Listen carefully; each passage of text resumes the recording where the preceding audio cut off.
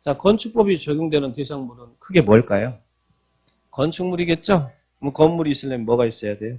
대지 있어야겠죠? 그리고 또 건물만 달랑 들어서면 안 되고 거기 전기도, 수도도, 가스도, 통신도, 승강기도 들어야겠죠? 그걸 건축 설비라고 그래요. 그리고 또 원래 건축물이 아닌 공작물은 건축법의 규정이 적용되지 않습니다. 근데 일부 공작물은 건축법의 규정이 준용돼서 축조할 때 신고해야 되는 공작물이 있어. 그래서 적용 대상물은 크게 이제 네 가지인데 그 중에 하나 건축물부터 이제 들어가 볼게요. 자, 먼저 건축물입니다. 건축물의 용어 정리 잘 하셔야죠. 자, 건축물은 뭐가 건축물이에요? 토지에 정착되어 있는 공작물 중에서 우리 공작물이 뭐였어요? 공작물이란 국토계획법에서 공작물이란 인공을 가하여 제작한 시설물을 공작물이라고 했잖아요. 사람의 힘에 의해서 제작된 시설물이 공작물이죠. 그러면 건축물이라는 것은 땅에 픽스되어 있는 토지에 정착되어 있는 공작물 중에서 이게 바다에 떠 있거나 그러면 그건 건축물이 안 된다는 이야기예요. 토지에 정착되어 있는 공작물 중에서 지붕과 기둥 또는 벽이 있는 시설은 건축물이라는 얘기예요. 토지에 정착되어 있는 공작물 중에서 지붕과 기둥 또는 벽이 있는 것. 이 말이 무슨 말이에요? 토지에 정착되어 있는 공작물 중에서 지붕하고 지붕을 받쳐주는 기둥이 있는 시설은 건축물이라는 얘기예요. 또 토지에 정착되어 있는 공작물 중에서 지붕과 지붕을 받쳐주는 벽이 있는 시설은 건축물이라는 얘기예요. 그러니까 지붕과 기둥과 벽을 모두 갖춰야 건축물이 아니라 지붕하고 지붕을 받쳐주는 기둥이 있다거나 또는 지붕을 받쳐주는 벽이 있는 시설은 건축물이다. 그러면 건축물이 되려면 반드시 뭐는 있어야 돼요? 비바람을 막아주는 지붕은 있어야죠. 지붕이 없으면, 뚜껑 없으면 건축물 아니에요.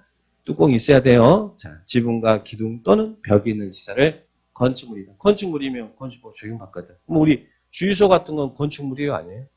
주유소 지붕이 있고 기둥 세워져 있잖아요. 주유기계 들어가 있고. 그거 다 건축물이잖아요. 그죠? 지붕과 기둥 또는 벽 있는 시설. 그러면 이게 건축물이고. 또 두 번째, 이에 딸리는 시설물. 이것에 딸리는 대문이라든지 담장이라든지 이런 것들도 건축물이라는 이야기예요. 근데 여기서 조심할 것은 이런 것에 딸리는 대문, 담장이 건축물이지 그냥 대문이나 담장은 그냥 공작물입니다.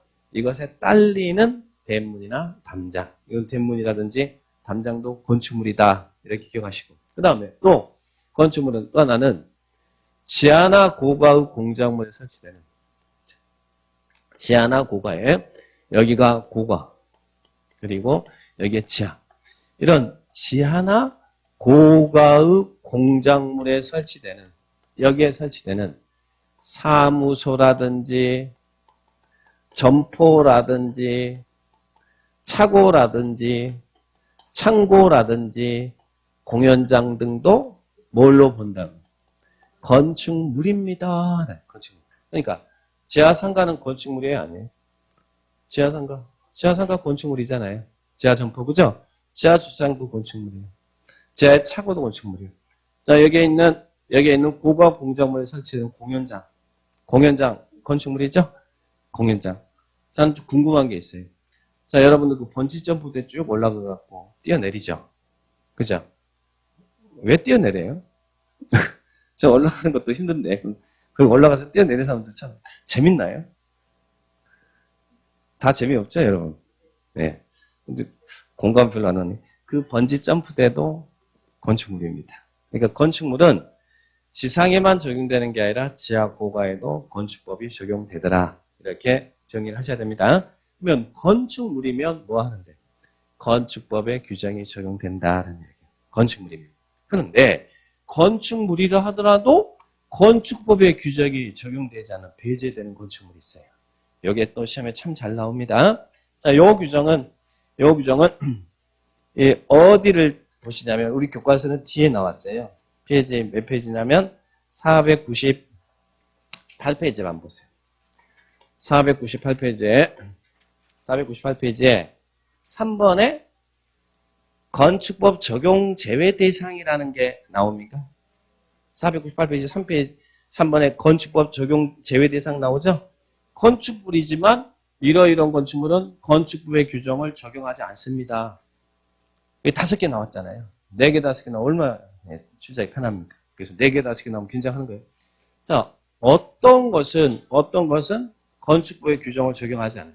첫 번째, 문화재 보호법에 한 지정문화재 또는 임시지정문화재. 문화재는 지정문화재든 임시로 지정됐던 문화재는 건축법의 규정을 적용하지 않아도 되는데 왜?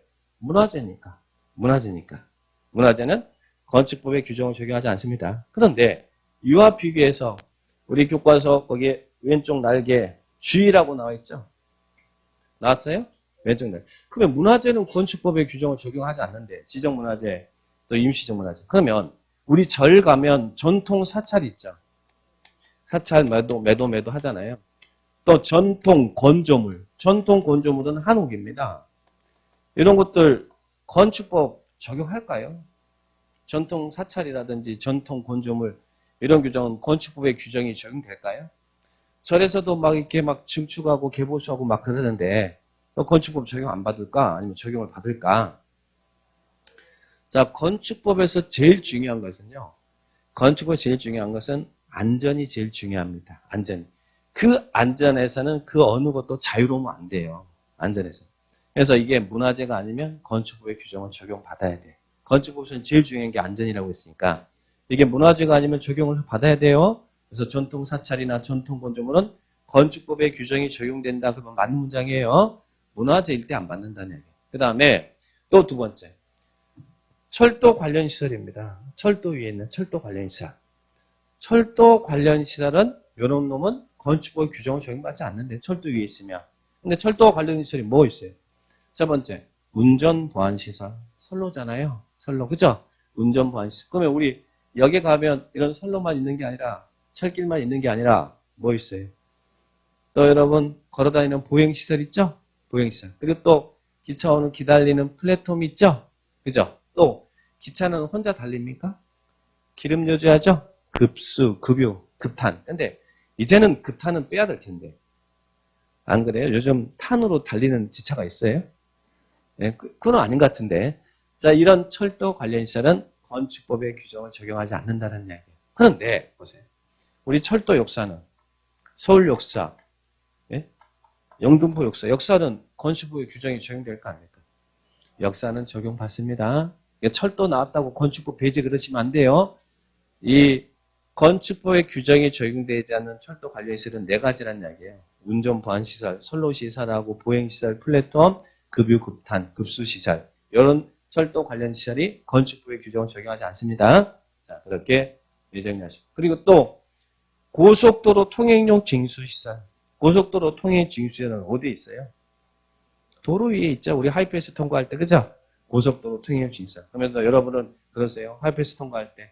야, 너는 건축법 아니야. 도로법이야. 이렇게. 고속도로 통행료 징수시설은 건축법 규정을 적용하지 않아요. 근데 또 고속도로 통행료 징수시설 그랬더니 고속도로만 죽어라고 외워놓고 고속도로 휴게소 나오니까 적용하지 않는다 그러면 안 돼요. 휴게소는 건축법 적용하는 거예요. 고속도로 통행료 징수시설 하이패스.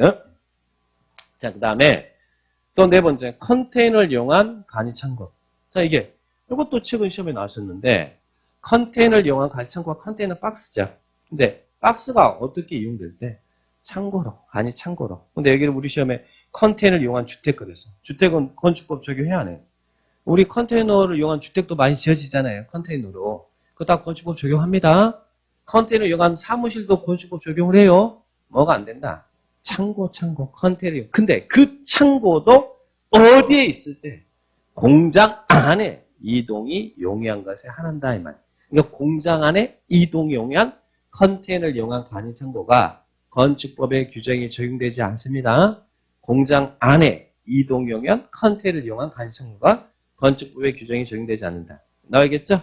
그래서 이런 함정도 많아요. 자, 그러면 주택 나오면 안 되고 시험에 주택 나왔고 그 다음에 하천구역 내 수문조작실. 우리 때 수문조작하는 이 수문조작실은 하천법에 적용을 받으면 돼요. 건축법까지는 적용할 필요가 없어요.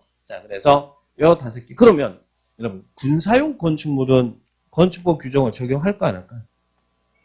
군사용 건축물. 군발이는 죽어도 돼요? 아니죠? 네, 그러니까 군사용 건축물은 건축법 적용합니다. 지금 무슨 이야기냐면 이걸 다 외우려고 하지 마시고 여기에 있는 5개 외에 나머지 모르면 건축법 적용한다라 생각하십니다. 그러니까 여기에 있는 배제되는 이 5개만 딱 기억해 놓으시고 모르면 다 건축법 적용이다 생각하시면 됩니다. 그래서 요것만 잘 정리를 해 놓으셔. 그래서 여기는 이제 부연으로 설명을 드린 겁니다. 왼쪽에 있는 G 부분은. 자, 그 다음에 앞으로 다시 가볼까요? 자, 건축물을 정리했고, 자, 건축물. 근데 건물이 지어지려면 뭘 해야 된다고요? 건물이 지어지려면 땅이 있어야죠? 자, 그래서 대지가 있어야 돼, 대지. 근데요, 농지에다 여러분 건물 지을 수 있어요? 농지에다가 거기다 건물 지을 수 있어요? 농지에는 건물 못 짓습니다. 임야에다 건물 지을 수 있어요? 안 돼요. 건축 가능한 땅이 있어야 지을 수 있습니다. 그러면 이 대지가 뭐냐면 건축용지예요. 건축용지. 대지가 있어야 건물 지을 수 있다는 이야기예요. 그런데 이 대지란, 자, 이렇게 나왔네. 대지란 원칙은 저기 있네요. 우리 공간법에 의해서, 공간법을 지적법이라고 하죠. 예, 지적법, 즉 공간법에 의해서 각 필지로 구획된 토지를 말한다. 즉 원칙은 1필지 1대지가 원칙이라는 얘기. 자, 여러분 필지가 뭐예요? 지적법 시간에 필지를 어떻게 배웠어요? 필지란 하나의 지번이 붙은 토지 등록단이다. 그러죠? 그러니까 이게 17지번이 있다고 하면 이게 한 필지잖아요. 그러면 원래 건축용지는 1필지 1대지가 1건축용지가 원칙이라는 거예요. 하나 필지가 하나의 대지가 되는 게 원칙이라는 이야기예요. 1필지 1건축용지가 원칙이다. 1필지 1대지가 원칙이다. 그런데 예외적으로 둘 이상의 필지를 2 이상의 필지를 둘 이상의 필지를 하나의 대지로 보는 경우도 우리 교재에 6가지가 이렇게 나오네요. 2 이상의 필지를 하나 대지로. 근데 여기 부분은 여러분 큰 틀만 이렇게 정리하면 돼요. 이 대지는 뒤에서 적용이나 안전이나 공개공지 그쪽에서 중요한 것이지 여기는 개념 정리만 하시면 돼요. 그러면 우리 6가지가 있는데 예를 들면 개념만 이해하세요. 여기에 두 필지가 있어. 17지번, 18지번. 2개 필지죠? 지번이 두 필지잖아요. 근데 이 두 필지에 하나의 건물이 이렇게 걸쳐서 건축된대. 그럼 이건 뭐예요? 그 필지를 합한 토지는 하나 대지잖아요. 하나의 건축용지죠? 그래서 2 이상의 필지를 하나 대지로 보는 경우도 있다. 그래서 거기 6가지 사례가 있어요. 근데 그 큰 목차만 기억해 놓으시라니. 1필지 1대지만 있고 2 이상의 필지를 하나 대지로 보는 경우는 없다. 이런 문장 나오면 틀리다는 이야기예요. 그리고 또 하나는 반대로 오른쪽에 3번에 하나 이상의 필지 일부를 하나 대지로 할 수 있는 토지 나왔죠. 자, 이제 반대로 뭐예요? 어떤 개념이에요? 1 이상의 필지 일부를 하나의 대지로 필지 일부를 하나의 대지로 보는 경우도 있습니다. 그래서 거기에 5가지 경우가 쭉 나오잖아요. 그죠? 여기도 개념만 이해하시면 됩니다. 자, 어떤 거? 제가 대지라는 것은 건축 용지를 이야기한다고 그랬잖아요. 그죠? 농지는 대지가 아니죠. 농지에다는 건물 못 지어요. 자, 이 건물 짓는 조건이 있으니까 농지에다는 건물 못 지어요. 그런데 여기에다가 여기 17지번 농지가 있어요. 17지번 농지가 있는데 여기에 일부에 대해서 농지 전용 허가를 받았어.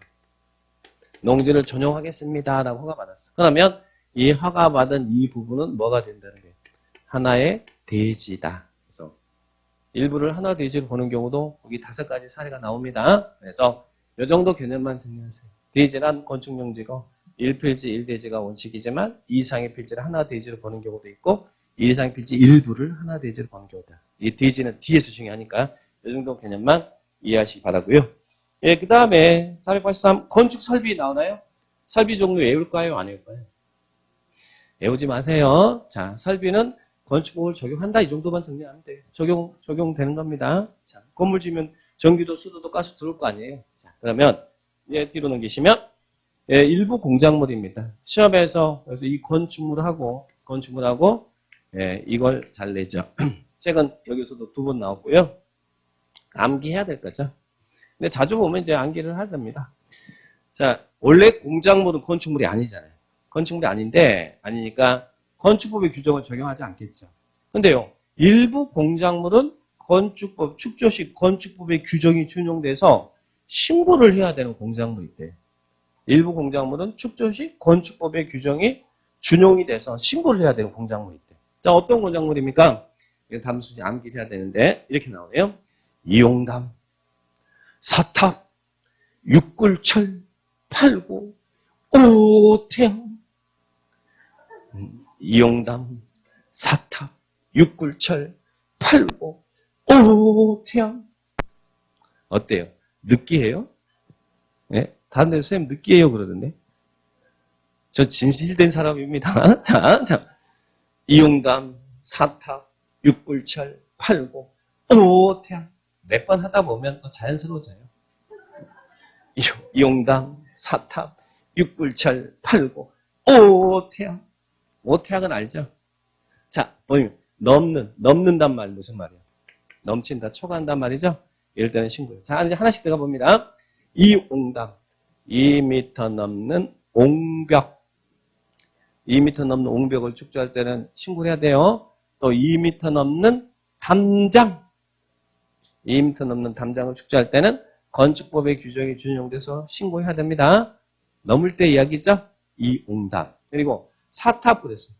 사탑은 4m 넘는 기념탑, 4m 넘는 장식탑, 4m 넘는 첨탑. 첨탑이란 건 끝이 뾰족한 탑을 첨탑이라고 해요.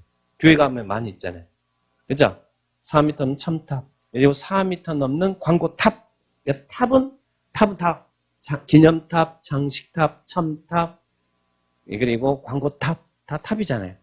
탑은 몇 미터? 4m 넘을 때. 예전에는 기념탑, 장식탑은 6m였거든요. 근데 지금 기준 관항에서 다 4m야. 사탑.